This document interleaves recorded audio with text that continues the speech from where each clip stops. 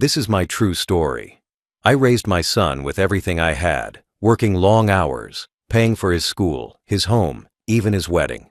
I thought when he grew older, he would honor me, include me, and treat me with respect.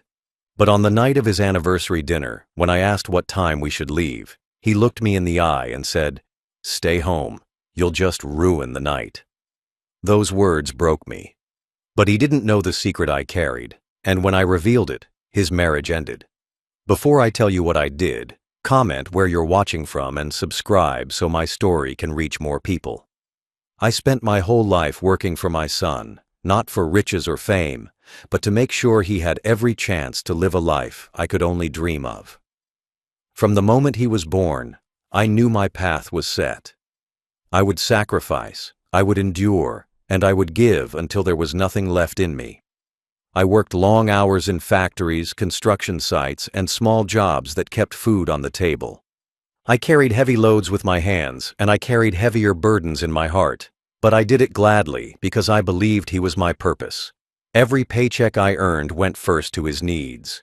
When he was in school, I paid for his uniforms, his books, and his fees. When he wanted to join clubs, I paid the dues, even if it meant I skipped meals. When he grew older and entered college, I worked extra shifts, sometimes falling asleep at machines, just to cover his tuition and rent. I told myself again and again that every sacrifice was worth it, because one day he would grow into a man who would stand proudly and remember his father's love. When he asked for a car, I gave what I had to help him buy one. It wasn't new, but it was his, and the smile on his face when he drove it made me forget the pain in my back. When he fell in love and planned his wedding, I reached deep into the small savings I had and gave him what I could, even though it meant I had almost nothing left for myself. I believed his marriage was not only his new beginning, but also a reward for my years of labor. I thought the woman he married would see me as part of the family, an elder to be respected, a father who had given so much. I thought anniversaries and celebrations would be moments when we sat together, laughed together, and honored the life I had built for him. I imagined dinners where we shared stories, where his wife's family would look at me with gratitude, where I would watch the happiness on his face and know that every drop of sweat I shed was worth it. I thought anniversaries would bring us closer, not push me further away. I thought as he grew older, he would understand the weight of sacrifice and repay it with loyalty, not with coldness. I believed, perhaps foolishly, that love still ran deep in his heart, that the boy who once held my hand tightly in the street was still there inside the man he had become. But I was wrong. I learned that sometimes sacrifice is forgotten, that sometimes the ones you give everything to are the first to erase you. My son had taken all I had given, and instead of honoring me, he pushed me aside. I learned this lesson not through strangers or enemies, but through the very child I had raised. The change did not happen overnight. It came slowly, like a shadow creeping across the floor, until one day the whole room was dark. At first, I noticed small things. My son would leave for dinners or outings and not ask if I wanted to come. He would say things like, "It's just for us," or "You wouldn't enjoy it," as if my presence was a burden. At family gatherings, I noticed he talked less to me and more to others, and when I tried to join conversations, he would cut them short or look away. I told myself it was nothing, that maybe he was just busy, or maybe I was imagining it. But deep down, I felt the sting. A father knows when his child begins to drift away, and I felt it each time he shut me out. Over the years, the distance grew wider. He started treating me as though I was too old, too slow, too out of touch for his life. He made comments like, "Dad, you wouldn't understand," or "This isn't for you." They may have sounded small, but each word chipped away at me. I had raised him, carried him, given him everything, and now he acted as though I had nothing left to give. I became an outsider in my own family. His wife greeted me politely, but I could feel the difference. They invited her family to dinners, trips, and celebrations, but I was often left behind. When I asked why, he would say, "It's just easier this way." Easier for him, maybe.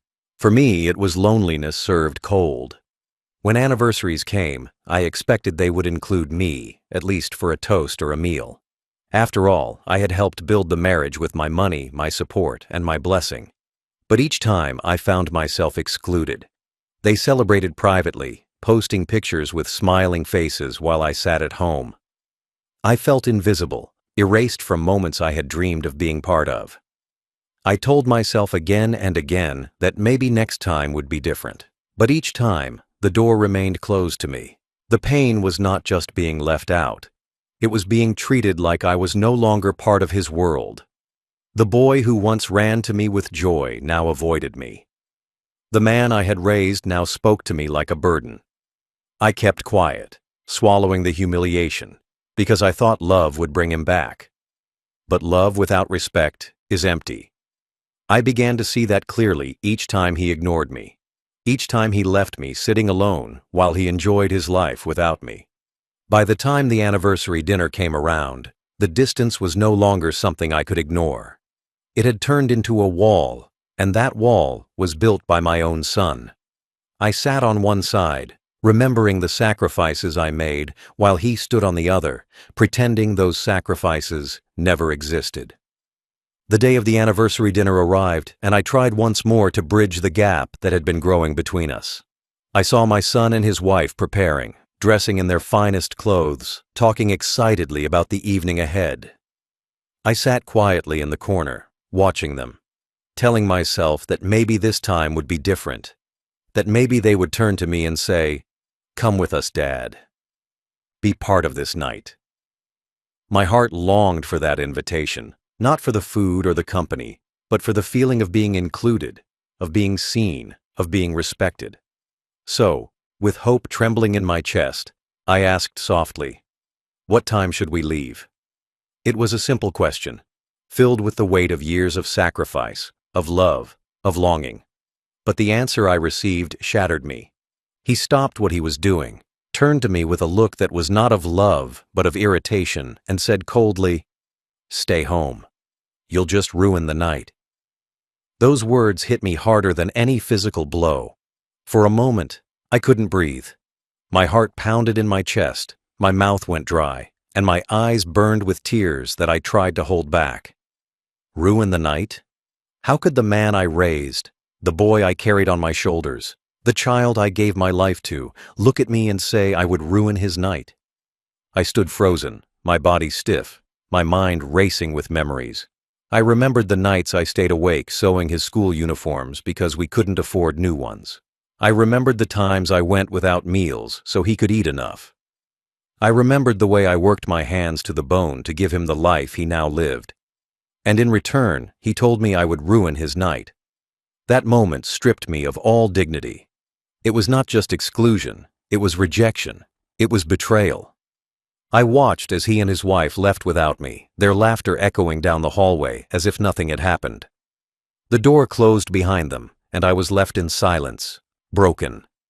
His words played again and again in my mind, stabbing me deeper each time. "Stay home. You'll just ruin the night." I sat down heavily in my chair, my heart heavy with humiliation, my soul crushed with betrayal. I realized then that I was not just excluded. I was unwanted. That was the night I understood the full truth. My son no longer saw me as a father, as a man, or even as a human being deserving of respect. He saw me as nothing but an obstacle, something to be hidden, someone to be silenced.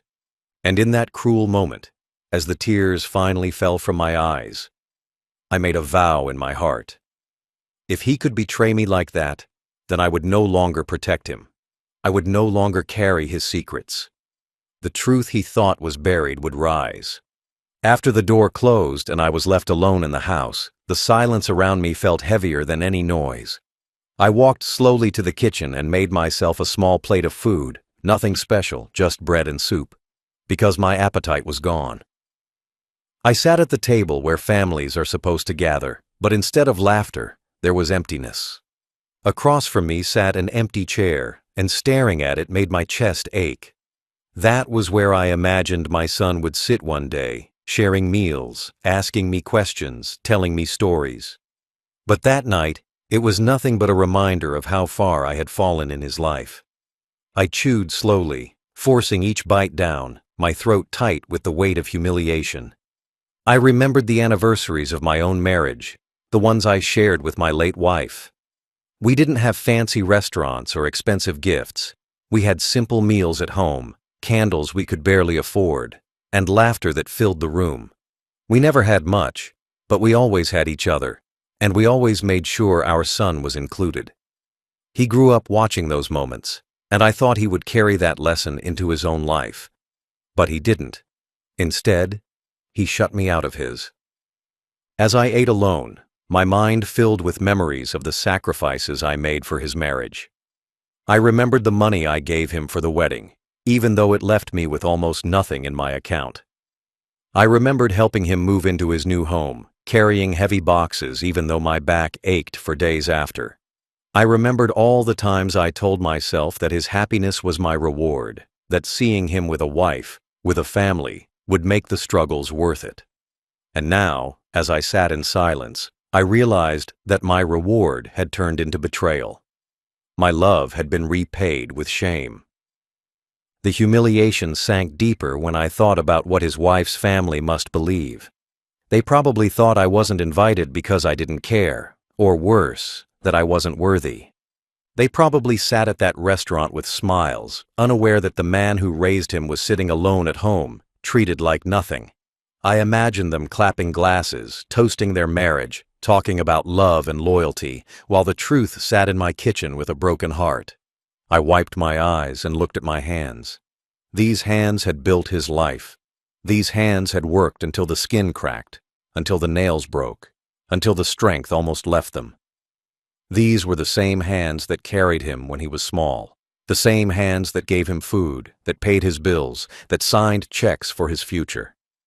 And now those same hands trembled as I realized how little they meant to him. I felt stripped, discarded, erased. But as I sat in that humiliation, something inside me began to shift. Pain is heavy, but when it becomes too much, it transforms.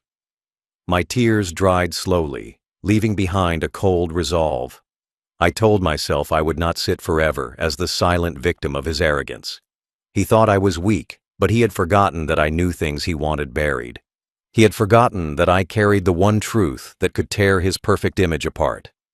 That night, staring at the empty chair and the untouched food on the table, I made a quiet promise. If he could betray me like this, I would betray the lies he lived behind. My humiliation would become his downfall. As I sat in that heavy silence, staring at the empty chair and feeling the sting of betrayal burn deeper into me, I remembered something important, something my son thought I would never use. I knew his secret. I had carried it for months, maybe longer, hoping he would change, hoping he would do the right thing before it destroyed his marriage. I had overheard late-night calls when he thought no one was listening. I had seen text messages pop up on his phone when he left it on the counter. I had even caught sight of him in places he should not have been, meeting with someone who was not his wife. At first I told myself it was just business, maybe an old friend, maybe something harmless. But the more I saw, the more undeniable it became. He was having an affair. I cannot explain the pain of that discovery. I had watched his wife, a kind and loyal woman, stand by him, care for him, and treat me with more respect than he often gave. She came into this family with a pure heart, believing she had chosen a good man. I never wanted to shatter her world. I never wanted to interfere. So I stayed quiet. I told myself it was not my place, that maybe it would end, that maybe he would realize the damage he was doing and come back to his senses. I kept the secret locked in my chest, even though it weighed on me every day. But that night, as I sat humiliated and alone, I realized something. Silence had only protected him. Silence had allowed him to live two lives, one with his wife and one in the shadows. And while I carried his shame, he felt free to betray everyone, including me. That was the moment I understood. My silence was not loyalty anymore. It was weakness, and I was done being weak. I thought about all the times he looked at me with disdain, all the times he made me feel like I was nothing. I thought about his cruel words that night. Stay home. You'll just ruin the night. And I realized I had been protecting a man who had no respect for me, no respect for his wife, and no respect for the vows he had made. Why should I keep his secret any longer? Why should I carry the burden of his lies while he continued to laugh at me, betray his wife, and humiliate me? No, the time for silence was over. I knew the affair wasn't just a rumor. I had proof. I had overheard names. I had seen receipts from dinners he shouldn't have been at. I had caught enough glimpses of messages to know this was not just a mistake. It was deliberate, it was ongoing, and it was unforgivable. My son thought he was clever, thought he had hidden it well, but he underestimated me. He thought I was too old, too blind, too powerless to notice. But I noticed everything. I always had. That night, my humiliation hardened into resolve. I whispered to myself, "He took my dignity. Now I will take away his lies." The truth became my weapon. I no longer felt bound to protect him. Instead, I felt bound to reveal him. When the weight of my humiliation finally turned into cold determination, I knew the time had come to act. I could no longer sit silently and let my son walk over me, his wife, and the vows he had broken. For too long, I had carried his secret like a stone on my chest, convincing myself that keeping quiet was loyalty, convincing myself that staying silent was protecting the family. But that night, sitting alone after he told me to stay home, I understood that silence was not protection.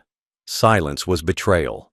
Not betrayal of him, but betrayal of myself, of his wife, and of the truth. So I made my decision. I would expose him. I started by gathering what I already knew. Over the months, I had seen enough to know he was not faithful.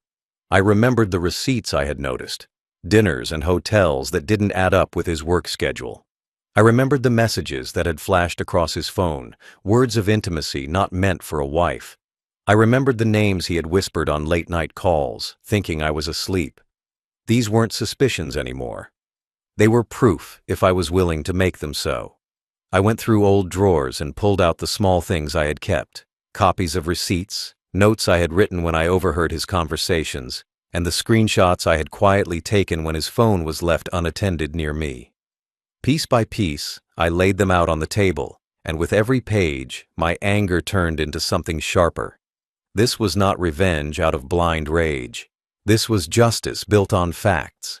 For years, I had thought protecting him was love.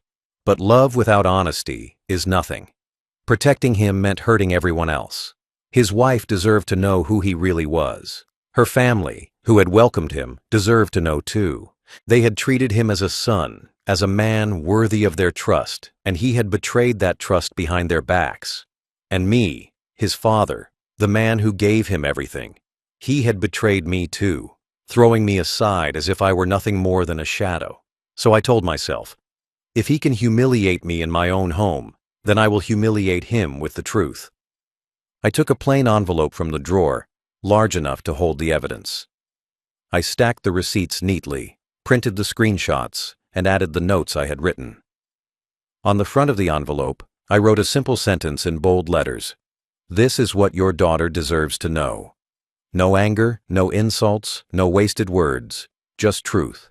Because truth does not need decoration. Truth speaks louder than excuses, louder than lies, louder than the arrogance my son carried with him. As I sealed the envelope, my hands were steady. There was no hesitation left in me. For the first time in years, I felt like I was standing tall again.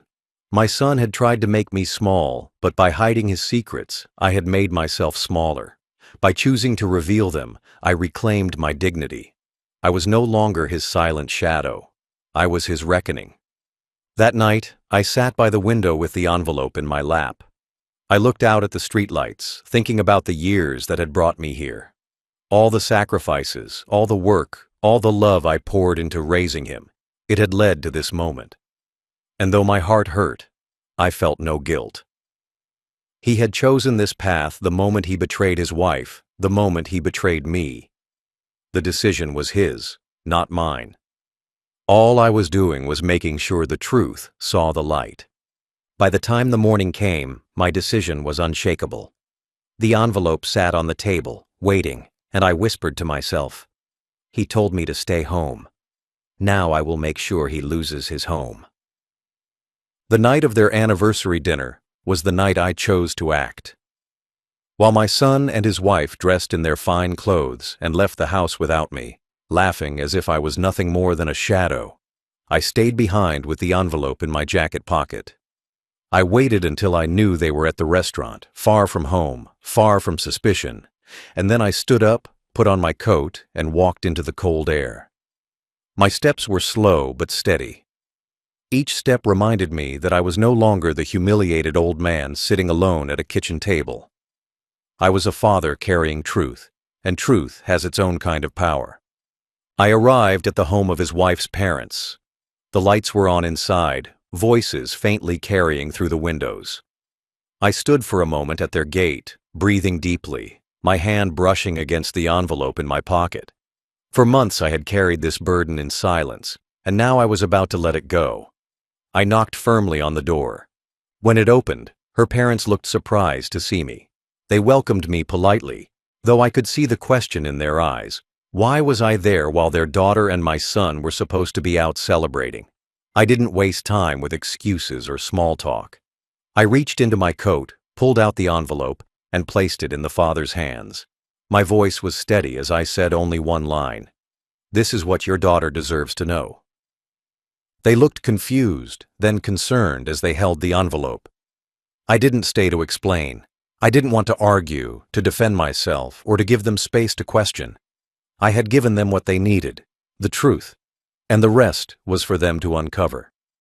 Without another word, I turned and walked away, leaving them standing in the doorway with the envelope heavy in their hands. As I walked down the street, I felt lighter than I had in years. I didn't look back. I didn't need to see their faces when they opened it. I could already imagine the shock, the disbelief, the pain as they read through the receipts, the messages, the evidence of betrayal their son-in-law had tried so hard to bury. At home, I sat quietly in my chair, sipping tea, waiting. I didn't need to be at the restaurant to know what was happening. I could picture it clearly. Her parents arriving, envelope in hand, walking into the dinner with hard faces. I could see my son's smile fading as they dropped the papers on the table, his excuses choking in his throat as the truth spread in front of everyone. I could hear the whispers rising from the other guests, the gasps, the anger, the confrontation. I could see his wife's face, pale and broken, as she realized her marriage was built on lies. I didn't need to be there because I knew exactly how truth works. It doesn't need an audience to be powerful, but when an audience is present, it destroys arrogance completely. Delivering that envelope was not loud, not dramatic. It was simple, quiet, and final. One walk, one knock, one sentence, one envelope. That was all it took to turn the night he excluded me into the night he lost everything. The fallout from that envelope came quicker than even I expected. Later that night, while I sat at home in silence, the phone on the table began to buzz again and again. At first, I ignored it, but then curiosity pushed me to look. Dozens of missed calls, messages piling up from relatives, neighbors, and even my son himself. I didn't open any of them right away, because I already knew what had happened. I could picture it clearly in my mind. Her parents walking into the anniversary dinner with the envelope, their faces set like stone, the papers spread across the table in front of him, and the truth spilling out for everyone to see. For months he had lived two lives, one in the light and one in the dark, and now those lives had collided in the worst way possible. From what I later heard, the restaurant went silent the moment her father dropped the envelope in front of him. My son's smile froze, his hand shook, and his excuses stumbled out of his mouth like broken glass. He tried to laugh it off, then he tried to deny it, then he tried to argue. But with each page her parents showed, the receipts, the screenshots, the messages, his voice grew weaker, his eyes darted around the room in panic. Guests began to whisper. His wife, the woman who had trusted him, looked at him with disbelief and rage as the truth settled in her chest. The dinner that was supposed to celebrate love and loyalty turned into a courtroom where every piece of evidence proved his betrayal. By the end of that night, there was no celebration left. She stood up from the table, her face pale and wet with tears, and she told him it was over. In front of everyone, family, friends, strangers, she walked out of the restaurant and left him sitting there with nothing but shame. The marriage ended that night, not quietly, not in private, but in public, with everyone watching. And my son, who had told me I would ruin his night, had managed to ruin his own. When he came home hours later, he was furious. He stormed into the house, slamming doors, his face twisted with rage. He shouted my name, demanded to know what I had done, screamed that I had destroyed his life. But I didn't answer. I sat in my chair, silent, calm, and watched him crumble. For years, I had been the one humiliated, the one silenced, the one excluded. Now, it was his turn. He shouted until his throat was raw, but I gave him no response, no defense, no guilt. Because I knew the truth. I had not destroyed him. His own choices had destroyed him. I had only stopped carrying the burden of his lies. The fallout spread further in the days that followed. Her family made sure everyone knew why the marriage ended. Friends turned away from him. Relatives whispered that he had brought shame on all of us. He tried to blame me in conversations, but no one sided with him. They all knew the truth was his enemy, not me. For once, the humiliation was not mine to endure. It was his. In the days after the anniversary dinner collapsed into chaos, the aftermath unfolded like a storm that refused to move on. My son walked around with anger burning in his eyes, but beneath it, I saw fear and shame. He tried to carry himself with pride, but every time he stepped outside, whispers followed him. Neighbors who once greeted him warmly now looked at him with suspicion. Relatives who once praised his achievements now avoided his calls. Friends who used to celebrate with him no longer invited him anywhere. His arrogance had turned into isolation, and the man who once told me I was an embarrassment now carried embarrassment on his own shoulders every waking moment. His wife moved out that same night and never looked back. She went straight to her parents, and from what I heard, she refused even to answer his calls. Divorce papers followed soon after, and with them came financial consequences that he could not escape. The same arrogance that made him believe he could hide his affair had left him unprepared for the wreckage. Without her support and her family's help, he was left standing alone, struggling to keep up with bills, struggling to hold on to the reputation he had once flaunted so proudly. At home, he stormed around, blaming me for everything. He shouted that I had betrayed him, that I had ruined his life, that I had turned his wife's family against him. But when I sat in silence, he grew even more frustrated, because deep down, he knew the truth. I had not betrayed him. He had betrayed himself, his wife, and even me. All I had done was shine a light on what he tried so hard to keep hidden. Every time he shouted at me, every time he threw his anger in my face, I simply looked at him calmly, and the quietness of my eyes reminded him that he was the architect of his own downfall. For me, the aftermath was different. I felt a weight lift from my shoulders. For months, maybe years, I had carried the knowledge of his affair, torn between my loyalty to him and my loyalty to the truth. It poisoned me from the inside, knowing what he was doing and staying quiet. But once I exposed him, I was free. I no longer had to sit silently while he lived dishonestly. I no longer had to carry the guilt of watching his wife live in lies. The truth was out. And though it destroyed him, it brought me peace. I spent those days sitting in my chair, drinking tea, watching the sun rise and set with a calmness I had not felt in years. People in the neighborhood looked at me differently, not with pity, but with respect. They whispered that I was the one who had brought the truth to light, the one who had refused to let lies rule. And though I never bragged or explained myself, I carried their quiet respect in my heart. The aftermath was not easy, but it was justice, and justice, once served, has a way of restoring dignity to those who were humiliated.